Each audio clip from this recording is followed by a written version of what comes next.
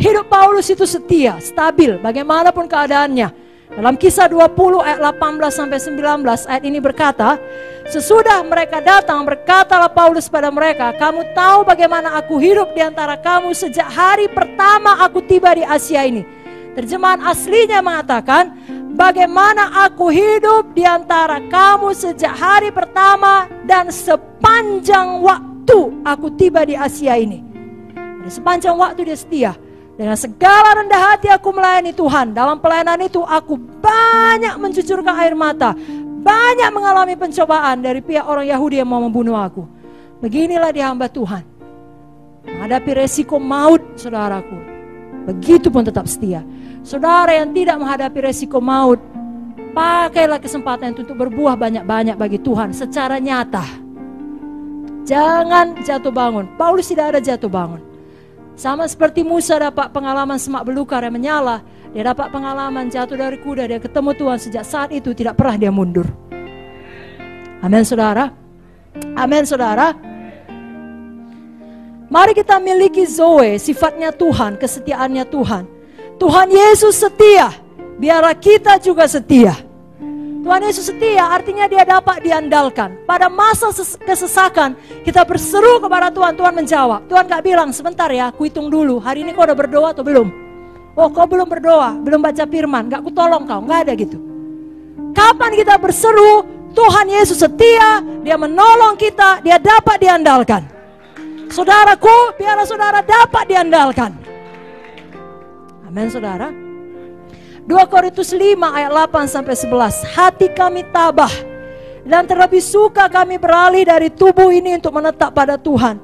Sebab itu juga kami berusaha, baik kami diam dalam tubuh ini maupun kami diam di luarnya, supaya kami berkenan kepadanya. Sebab kita semua harus menghadap tahta pengadilan Kristus, supaya setiap orang memperoleh apa yang patut diterimanya, sesuai dengan yang dilakukannya dalam hidupnya ini, baik ataupun jahat.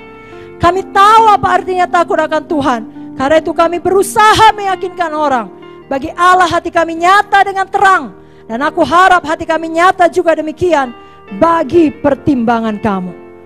Bapak ibu saudara, biar Zoe menjadi nyata dalam hidup kita. Hidupnya Yesus jadi nyata dalam hidup kita. Kita tetap setia dalam kekurangan, dalam kelimpahan, dalam kesenangan, dalam persoalan, dalam penderitaan. Filipi 4 ayat 12. Aku tahu apa itu kekurangan, aku tahu apa itu kelimpahan. Dalam segala hal dan dalam segala perkara, tidak ada sesuatu yang merupakan rahasia bagiku. Baik dalam hal kenyang maupun dalam hal kelaparan, baik dalam hal kelimpahan maupun dalam hal kekurangan.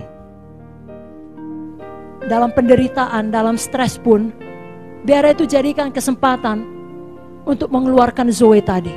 Zoe tadi justru menjadi semakin nyata. Karakter apa yang kita nyatakan kalau stres melanda kita? Kalau persoalan datang, kalau penyakit datang. Dalam Lukas 22 ayat 42, ini doa Tuhan Yesus. Ini ayat yang terakhir. Lukas 22 ayat 42, saya bacakan kepada saudara. Saudara semua tahu isinya. Bukan kehendakku Bapa, tapi kehendakmu jadilah. Itu doa Tuhan Yesus. Hematidrosis itu istilah kedokteran. Hematidrosis istilah kedokteran yang menggambarkan seseorang yang berkeringat darah.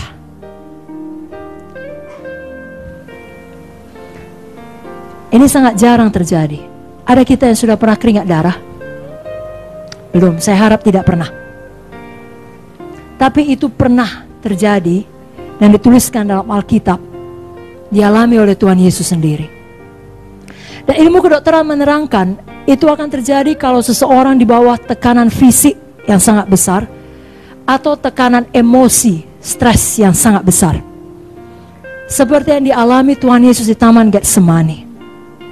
Tapi satu hal yang pasti, stres dapat menyatakan karakter kita yang sebenarnya. Nah, kalau kita perhatikan, karakter apa yang dinyatakan Tuhan Yesus di tengah stresnya yang sangat besar? Pada waktu dia harus menghadapi kematian. Nah, sebenarnya bukan itu kali. Pada waktu dia harus memikul semua dosa umat manusia. Karakter apa yang keluar? Apakah Tuhan Yesus berteriak dalam keputusasaan? Apakah Tuhan Yesus mempertimbangkan untuk memberontak kepada Bapa? Apakah Tuhan Yesus mau melarikan diri? Ataupun Tuhan Yesus marah kepada Bapa, merasa ini tidak adil ditimpakan kepadanya. Aku tidak berdosa, kenapa aku harus menanggungnya? Tidak. Apa yang dilakukan Tuhan Yesus tengah stres yang besar? Dia berdoa. Lalu dia menyerahkan dirinya kepada kehendak Bapa. Dan walau untuk itu dia harus membayarnya dengan nyawanya sendiri. Dari jawaban Yesus dan dari tindakannya setelah itu, kita tahu ada banyak dimensi karakter Yesus yang dinyatakan. Kasihnya dinyatakan, kesetiaannya dinyatakan, penguasaan dirinya dinyatakan. Dan itu semua adalah buah roh. Seperti yang dituliskan oleh Paulus dalam buku Galatia 5. Bapak Ibu Saudara, kita tutup malam ini dengan satu kerinduan supaya kita juga demikian. Pada waktu stres datang, pada waktu persoalan datang, karakter kita yang sebenarnya dinyatakan. Biarlah yang keluar Zoe, kasihnya Tuhan, kepatuhannya Tuhan, penguasaan dirinya Tuhan. Jangan kalau stres datang yang dinyatakan kehendak daging kita, keluar amarah, keluar percideraan, keluar perselisihan, keluar iri hati, keluar kepentingan diri sendiri. Jangan demikian.